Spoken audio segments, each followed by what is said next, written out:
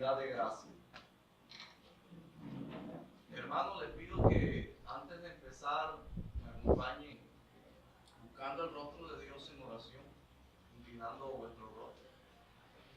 Padre, en el nombre de Jesús, delante de ti, Señor, nos presentamos en esta hora de esta preciosa mañana que tú nos has regalado. Padre, gracias porque nos permitiste, Señor, deleitarnos con la apertura de la palabra, leyendo el Salmo, escuchando la exposición y en medio, Señor, de estos himnos.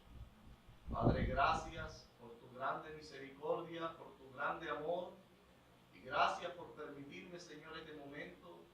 Perdona al predicador, Señor, de esta mañana y rogamos, Señor, que tú nos ayudes y que sea tu Espíritu Santo, Señor, iluminándonos, dándonos el entendimiento para, Señor, apreciar más tu palabra, apreciar más esta preciosa doctrina de la Trinidad y apreciar la obra redentora de nuestro amado y gran Dios y Salvador, nuestro Señor Jesucristo. Rogamos por los hermanos que también vienen de camino, Señor, ayúdales y rogamos que les guardes en ese camino, Señor, y le ayudes también. Y los que se quedaron en casa por razones ajenas a su voluntad, bendíceles de igual manera, Señor. En Cristo Jesús nos colocamos en tus manos. Amén. Hermano, hoy continuamos con la serie de Cristo, con la serie Cristo en el Antiguo Testamento. Sobre esta serie, amados hermanos, ya hemos escuchado sobre tipos y figuras en su primera y en su segunda parte, símbolos en el Antiguo Testamento, con sus textos, por supuesto, textos cristológicos, y hoy me corresponde hablarles sobre citas trinitarias primitivas. Citas trinitarias primitivas. Hermanos, mi intención con este estudio no es convencerlos a ustedes acerca de la doctrina de la Trinidad, porque creo que todos los que están hoy aquí sentados en este auditorio están plenamente convencidos de dicha doctrina.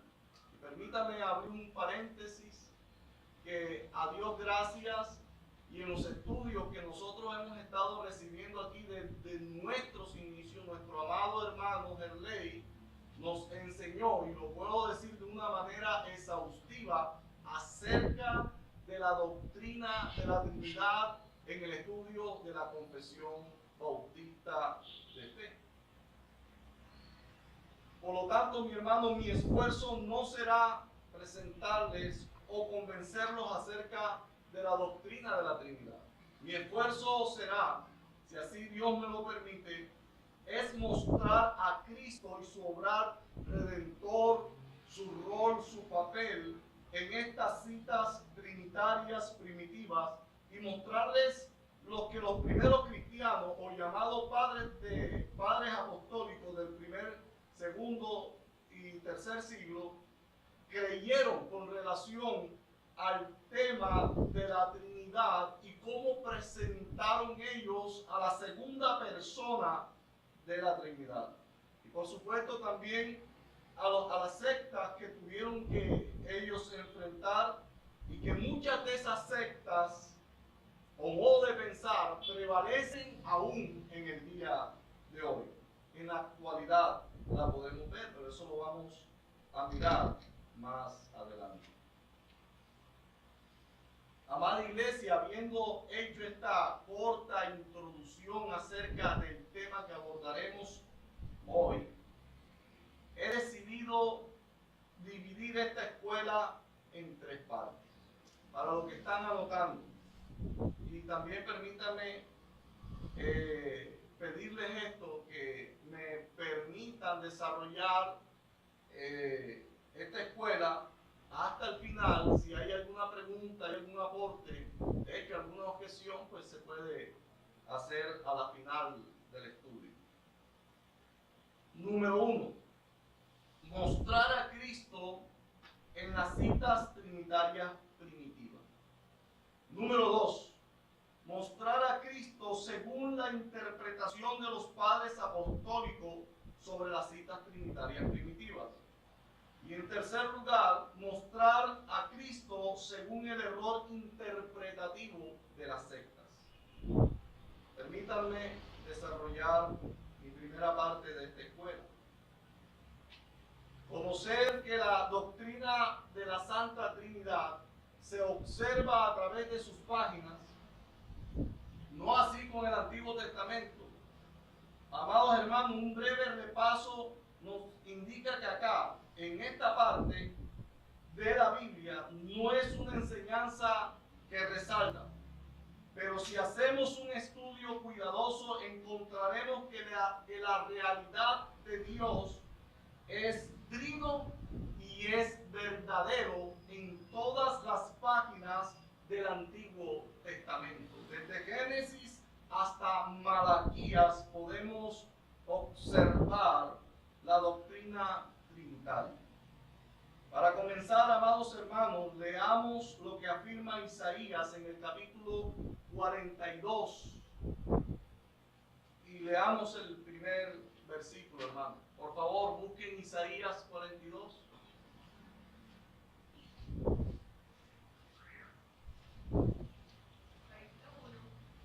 42:1. He aquí un siervo, yo le sostendré, y escogido en quien mi alma tiene contentamiento, he puesto sobre él mi espíritu, él traerá justicia a la aflicción. Ok, muchas gracias, mi hermano. Lo leeré acá por razones del audio y de la grabación. Dice así: he aquí mi siervo, yo le sostendré, mi escogido en quien mi alma tiene contentamiento, he puesto sobre él mi espíritu, él traerá justicia a las naciones. Notemos primero, hermano, o quisiera resaltar la semejanza de estas palabras con las que dice Mateo. Obviamente no vamos a buscar, pero todos conocemos el pasaje de Mateo capítulo 3, versículo 17, donde se nos muestra el bautismo de nuestro Señor Jesucristo. Y estas palabras son semejantes a las que se dice en Mateo. Hermanos, y allí vemos inmediatamente el carácter trinitario de ese pasaje. Y vemos quién habla. Dice: he aquí mi siervo, haciendo referencia a la persona de nuestro Señor Jesucristo. Y el Padre que dice que ese es mi siervo, yo le sostendré, mi escogido, en quien mi alma tiene contentamiento, y he puesto sobre él mi espíritu. Aquel que vino cuando él salía de las aguas bautismales en el río Jordán. Aunque las palabras de Isaías fueron escritas 650 años antes del bautismo de Jesús, no hay duda de que son profecías de aquel evento. En ellas Isaías claramente muestra al Hijo como el escogido, al Espíritu y al Padre que les habla, y ahí lo tenemos en el Antiguo Testamento, amados hermanos. Una evidencia de la Trinidad, y como en todo este pasaje se muestra a Cristo como protagonista, amados hermanos, de esta historia redentora. En otra cita, en Isaías 6:8, acompáñenme, Isaías 6:8, libro del profeta Isaías, capítulo 6, versículo 8. Dice la palabra del Señor: después oí la voz del Señor que decía: ¿a quién enviaré y quién irá por nosotros? Entonces respondí yo: heme aquí, envíame a mí. Luego de revelarse tan gloriosamente, hermano, al profeta, Dios le hace una pregunta. Hace una pregunta. ¿A quién enviaré y quién irá por nosotros? Nuevamente Dios se presenta aquí de una manera o de una forma plural. ¿Quién irá por nosotros? Lo dice el profeta Isaías después de haber oído la voz del Señor. Y nos muestra a Cristo respondiendo la pregunta que Dios hace. Y la respuesta que Cristo da es: heme aquí, envíame a mí. Y nos muestra el profeta Isaías allí en uno de los roles y uno de los trabajos de nuestro Señor Jesucristo como el enviado de Dios. Nos muestra primero en Isaías 42 como el escogido, y aquí nos lo muestra como el enviado de Dios. Como el enviado de Dios. Amados hermanos, permítanme mostrarles otra cita que me pareció muy interesante con relación al tema de la Trinidad y al tema de la persona de nuestro Señor Jesucristo. Acompáñenme a Proverbios capítulo 8. Libro de los Proverbios capítulo 8.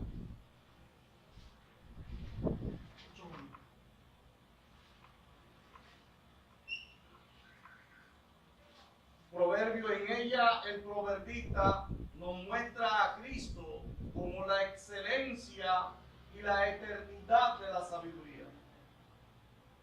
Acompáñenme por favor a esta deliciosa lectura que tiene este pasaje de las Sagradas Escrituras. ¿Lo tienen, mis hermanos?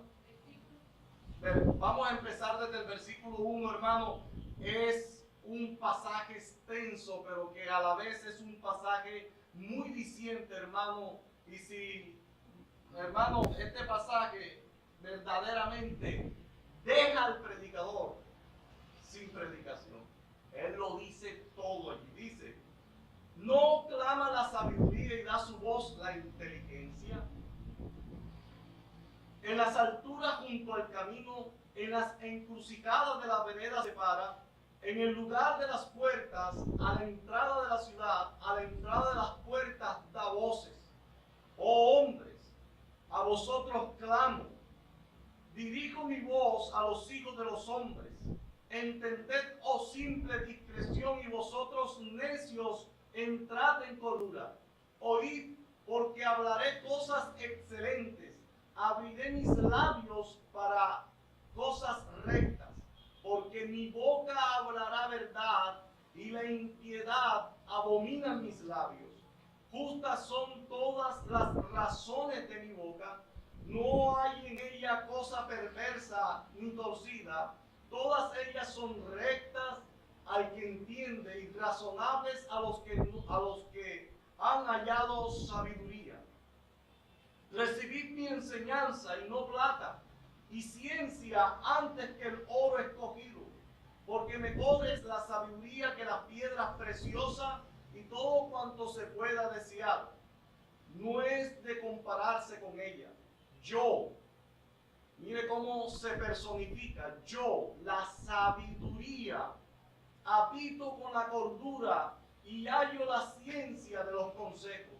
El temor de Jehová es aborrecer el mal, la soberbia y la arrogancia, el mal camino y la boca perversa aborrezco. Conmigo está el consejo y el buen juicio. Yo soy la inteligencia, mío es el poder. Por mí reinan los reyes y los príncipes determinan justicia. Por mí dominan los príncipes y todos los gobernadores juzgan la tierra. Yo amo a los que me aman y me hallan los que temprano me buscan. Las riquezas y la honra están conmigo, riquezas duraderas y justicia. Mejor es mi fruto que el oro y que el oro refinado, y mi rédito mejor que la plata escogida. Por vereda de justicia guiaré por medio de sendas de juicio, para hacer que los que aman tengan su heredad y que yo llene sus tesoros. El verso 22, Jehová me poseía en el principio, ya de antiguo, antes de sus obras, eternamente tuve el principado desde el principio, antes de la tierra, antes de los abismos fui engendrada, antes que fuese la fuente de las muchas aguas, antes que los montes fuesen formados, antes de los collados había sido yo engendrada, no había aún hecho la tierra, ni los campos, ni el principio del polvo del mundo. Cuando formaba los cielos, allí estaba yo. Cuando trazaba el círculo sobre la faz del abismo, cuando afirmaba los cielos arriba, cuando afirmaba las fuentes del abismo, cuando ponía el mar sus estatutos para que las aguas no traspasasen, para que las aguas no traspasasen su mandamiento, cuando establecía los fundamentos de la tierra, con él estaba yo ordenándolo todo, y era su delicia de día en día, teniendo solaz delante de él en todo tiempo. Y él dice, y me regocijo en la parte habitable de su tierra, y mis delicias son con los hijos de los hombres. Ahí podemos ver una figura literaria personificada, la que se conoce como la prosopopeya. Y esta sabiduría procede de Dios, pero a la vez, amados hermanos, es independiente de él. Viene del siervo divino, Jesucristo, por quien todo es creado y procedente y poderosamente sostenido y preservado por el Dios Trino Todopoderoso. Sin duda, amados hermanos, esta es otra referencia a la segunda persona de la Trinidad, que es nuestro Señor Jesucristo. Y de esta manera, hermano, habiendo tomado esas tres citas y este pasaje extenso acerca de citas trinitarias primitivas, quisiera pasar a mi segunda parte de esta escuela. En segunda parte, mostrar a Cristo según la interpretación de los padres apostólicos sobre las citas trinitarias primitivas.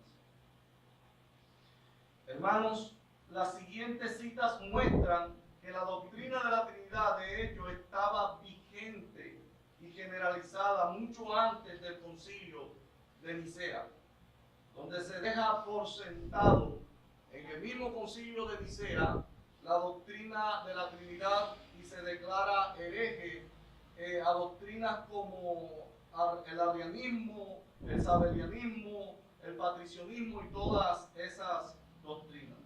Pero escuchemos, hermanos, a los padres de la iglesia y escuchemos en primer lugar al obispo de Esmirna, Policarpo, quien lo dijo alrededor del año 70 y 55 después de Cristo, y que además Policarpo también fue un discípulo del último de los apóstoles que había quedado con vida, el apóstol Juan. Y permítame citarles, abriendo comillas, lo que dijo este hombre de Dios. Señor Dios omnipotente, Padre de tu amado y bendecido siervo Jesucristo. Empieza como empieza el profeta Isaías, diciendo que Jesucristo era el doulos, el siervo, el esclavo de nuestro Dios. Y sigue diciendo, yo te bendigo porque me tuviste por digno de esta hora. Me tuviste digno de esta hora, a fin de tomar parte en la incorrupción del Espíritu Santo. Tú, el infalible y verdadero Dios, refiriéndose al Dios triuno. Por lo tanto, yo te alabo por mediación del eterno y celeste sumo sacerdote Jesucristo, tu siervo amado, por el cual sea gloria a ti con el Espíritu Santo ahora y en los siglos por venir. Esto fue tomado de la fuente Martirio de San Policarpo, es decir, antes de su muerte, y está en el capítulo 14, versículo 3 de la página 682, y la fuente fue Luis Bueno, acerca del libro Padres Apostólicos. Citemos a otro padre de la Iglesia Apostólica, Ignacio de Antioquía. ¿Quién fue Ignacio de Antioquía? Tenemos que decir que él estuvo en alrededor del 35 hasta el 107 después de Cristo. Fue obispo de Antioquía. En su camino al martirio escribió varias cartas en defensa de la fe cristiana.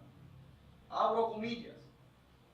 Sois piedras del templo del Padre, hablándole a la iglesia, preparadas para la construcción de Dios Padre, levantadas a las alturas por la palanca de Jesucristo, que es la cruz, haciendo veces de cuerda el Espíritu Santo.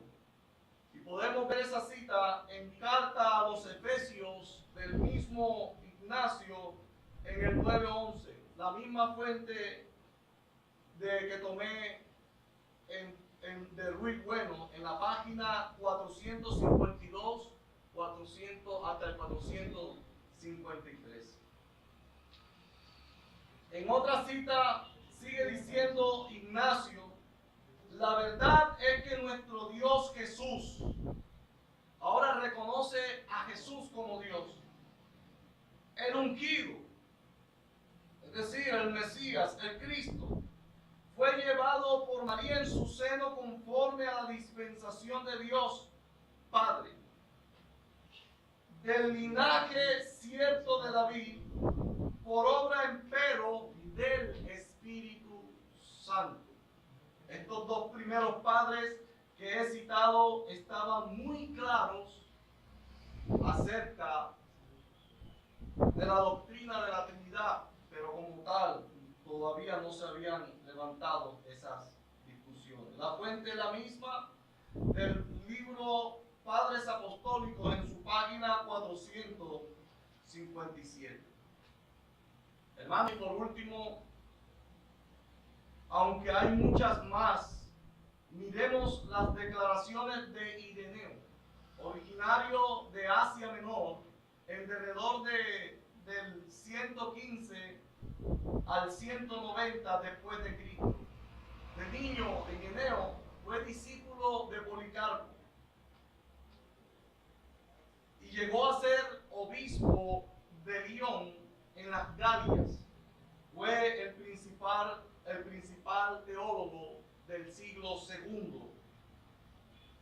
Y cito: la iglesia, aunque dispersa en todo el mundo, hasta lo último de la tierra, ha recibido de los apóstoles y sus discípulos esta fe: un Dios, el Padre omnipotente, hacedor del cielo y de la tierra, y del mar y de todas las cosas que en ellos hay, y en un Jesucristo, el Hijo de Dios, bien se encarnó para nuestra salvación, y en el Espíritu Santo, quien proclamó por medio de los profetas las dispensaciones de Dios y los advenimientos y el nacimiento de nuestro Señor por medio de una virgen, y la pasión y la resurrección de entre los muertos, y la ascensión al cielo en la carne del amadísimo Jesucristo, nuestro Señor, y en su manifestación desde el cielo en la gloria del Padre, a fin de reunir en todas las cosas, y para resucitar renovada toda carne de la entera raza humana, para que ante Jesucristo nuestro Señor y Dios y Salvador y Rey, según la voluntad del Padre invisible, se doble toda rodilla de las cosas en los cielos y de las cosas en la tierra y las cosas debajo de la tierra, y que toda lengua le confiese, y que Él ejecute un justo juicio sobre todos. Sobre todos. Estos tres padres apostólicos, del primero y del segundo siglo, estaban muy claros en relación también con el oficio de nuestro Señor Jesucristo aquí en la tierra. La fuente donde tomé es el libro Contra todas las herejías, en su capítulo 1, versículo, en su primera parte, capítulo 10, 1, y se conoce como un tratado antes de Nicea, en su primer volumen. Amados hermanos, y de esta manera quisiera pasar a mi tercera parte de nuestra escuela, que es, tercero, para los que están apuntando, mostrar a Cristo según el error interpretativo de las sectas. Mostrar a Cristo según el error interpretativo de las sectas. Por lo complejo y complicado del tema, no nos sorprende que a través de las edades se hayan identificado errores de interpretación que no cuadran con la revelación bíblica. El error más común nació en Asia Menor, amados hermanos, a principios del tercer siglo, y lleva varios nombres. Como miramos, el modalismo, el monarquianismo, sabelianismo y el arrianismo.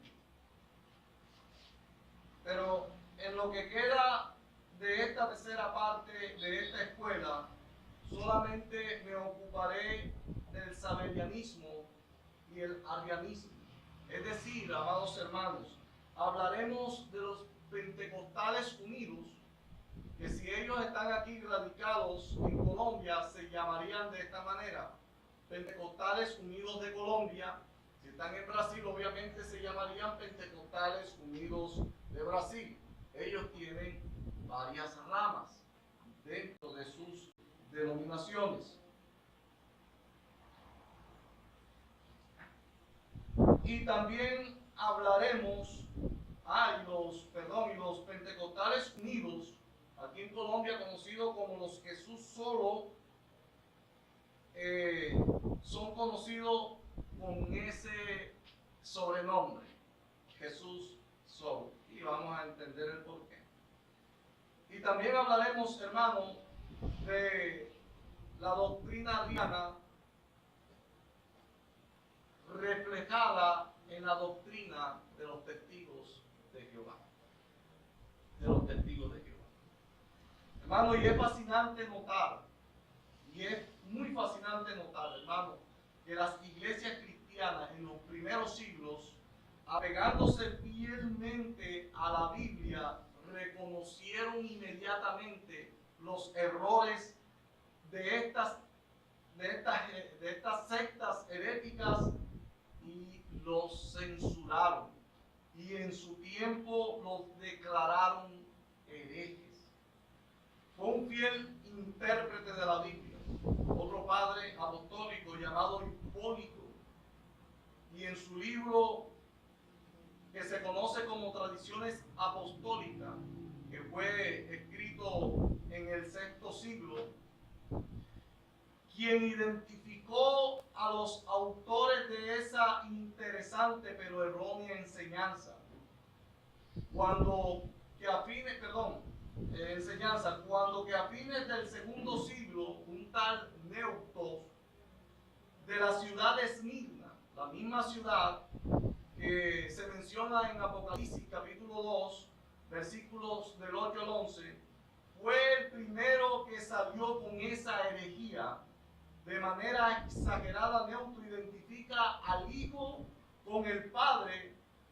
Note eso, identifica al Hijo con el Padre, no los separa, declarando que eran uno, tanto así que afirmaba, Neutos en su doctrina afirmaba que cuando el Hijo murió en la cruz, también murió el Padre. Qué herejía, mi hermano, qué herejía. Y eso lo vemos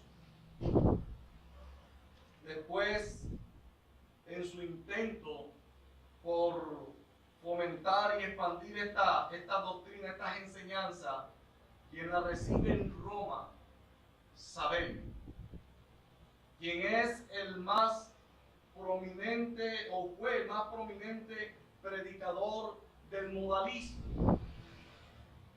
La palabra modo viene de la propia doctrina que ellos inventaron y que supuestamente extrajeron de la Sagrada Escritura, y enseñando que el Padre se presentó en el Antiguo Testamento a modo, que Dios se presentó en el Antiguo Testamento a modo de Padre, en el Nuevo Testamento se presenta a modo de Hijo, y en Pentecostés, Hechos de los Apóstoles, se presenta como el Espíritu Santo o modo del Espíritu Santo. Por eso es que esta doctrina es llamada los modalistas. Presentan al Padre como modo. No separan las personas de la divinidad, sino que dicen que es una. Por ejemplo, ellos toman textos, si me acompañan por favor, Juan capítulo 10, versículo 30. Y en Juan también ponen otro versículo: el que ha visto el Padre me ha visto a mí, pero este es uno de los que le fascina. Juan capítulo 10, versículo 30.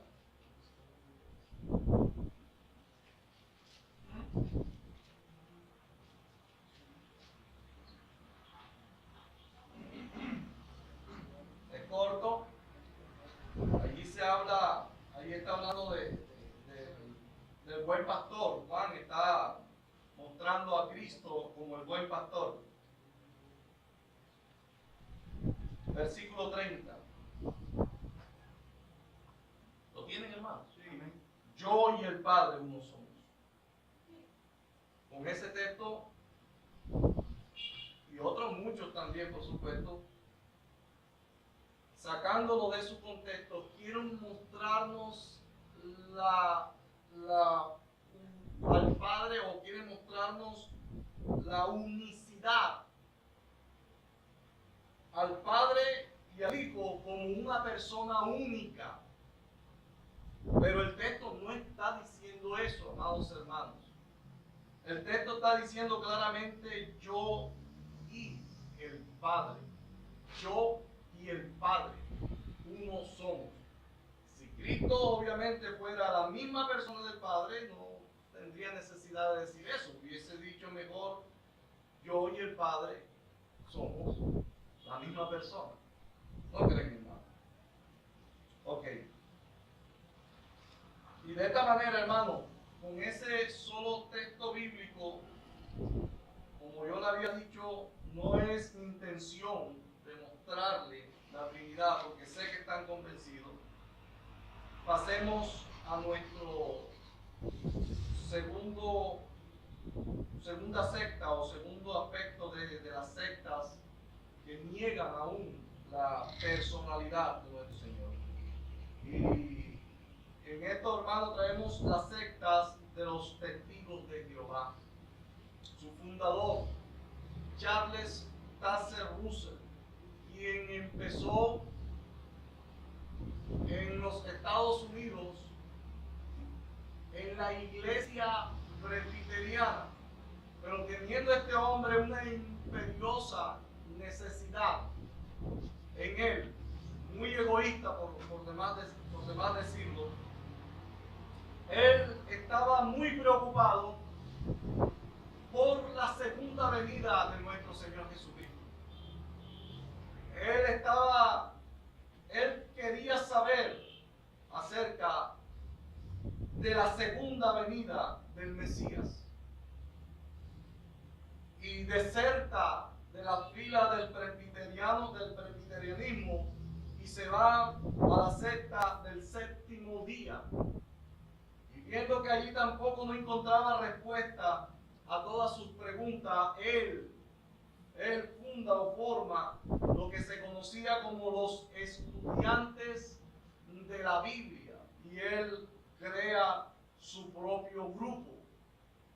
Cuando él muere, el juez Butterfeld, perdónenme en inglés, es el que lo sucede y es el que consigue personería jurídica y quien coloca el nombre de los testigos de Jehová.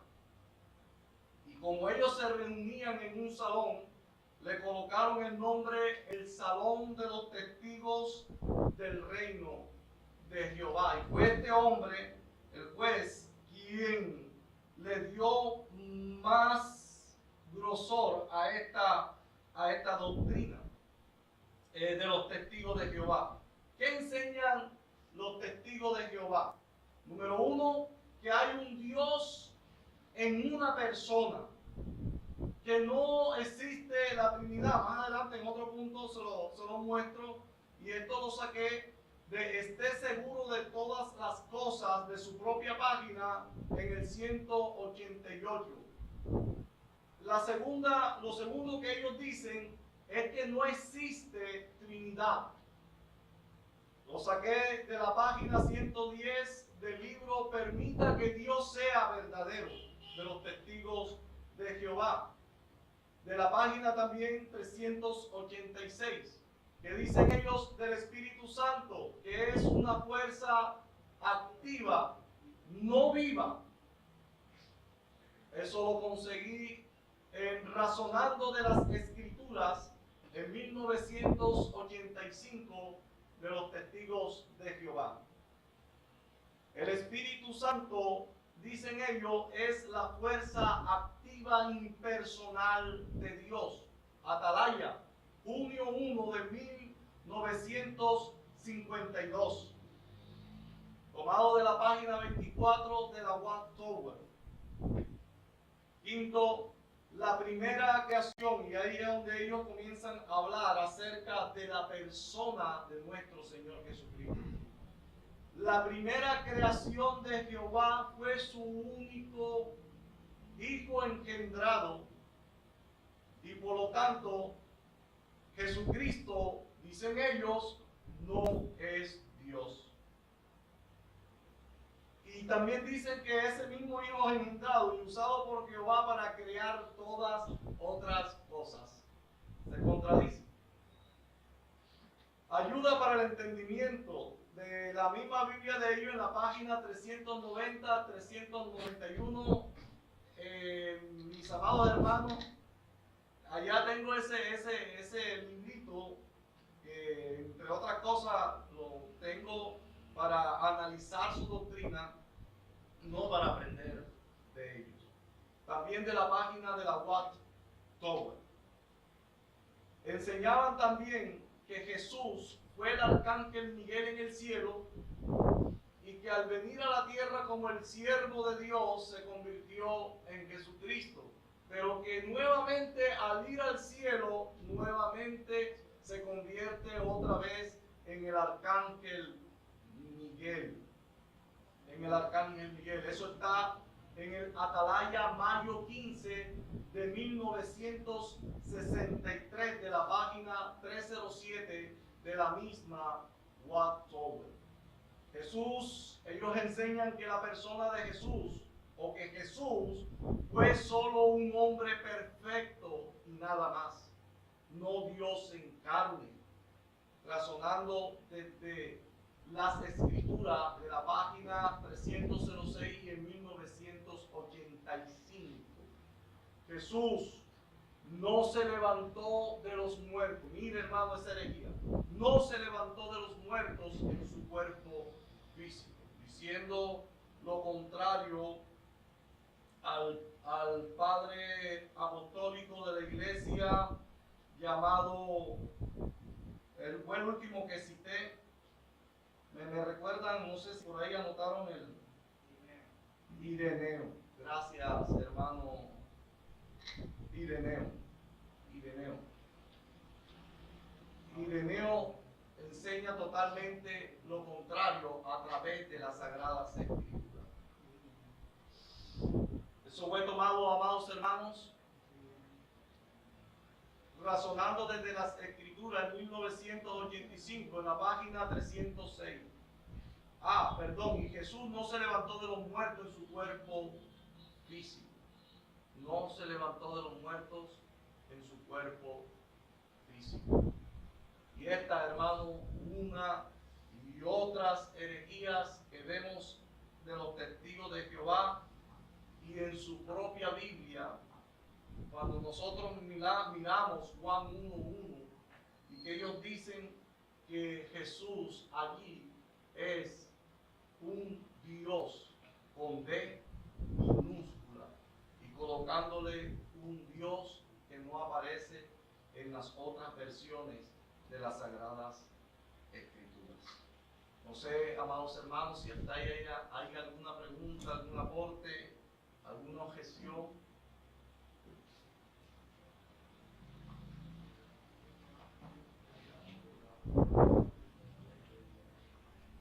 Bueno, eso es importante porque a mí me pasó, yo estudié eso que tú estás enseñando, los testigos de Jehová, los adventistas, las diferentes religiones, y hallé que todas decían tener la verdad.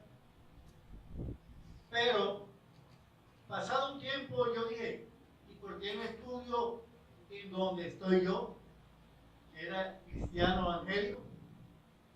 ¿Por qué no la investigo? Y cuando comencé a investigar, hallé muchas falencias. Y fue mi andar en buscar la verdad. ¿Cuál es lo que insto a los hermanos siempre buscar la verdad? La Biblia dice buscar la verdad. ¿Y dónde está la verdad? En las Escrituras. No basándonos en que esta iglesia es la verdad y solamente la verdad, sino que tenemos que ir buscando.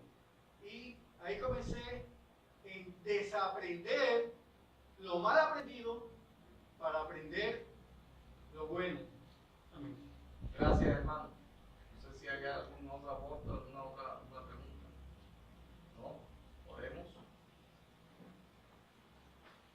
Padre, en el nombre de Jesús, te damos gracias, Señor, por tu infinito amor y por tu infinita misericordia, Señor, porque aún estando muertos nosotros en delitos y pecados, con tu grande amor y tu grande misericordia, Señor, nos rescataste.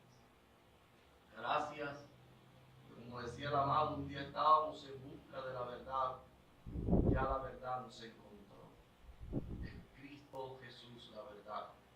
Gracias, Señor, porque tú eres el camino, tú eres la verdad y tú eres la vida. Ayúdanos, guárdanos, Señor, ten compasión de nosotros en no caer en ninguna de estas herejías, sino siempre, Señor, estar iluminado nuestro entendimiento a través de la persona del Espíritu Santo. Padre, en Cristo Jesús, a ti toda la gloria, la honra y la alabanza.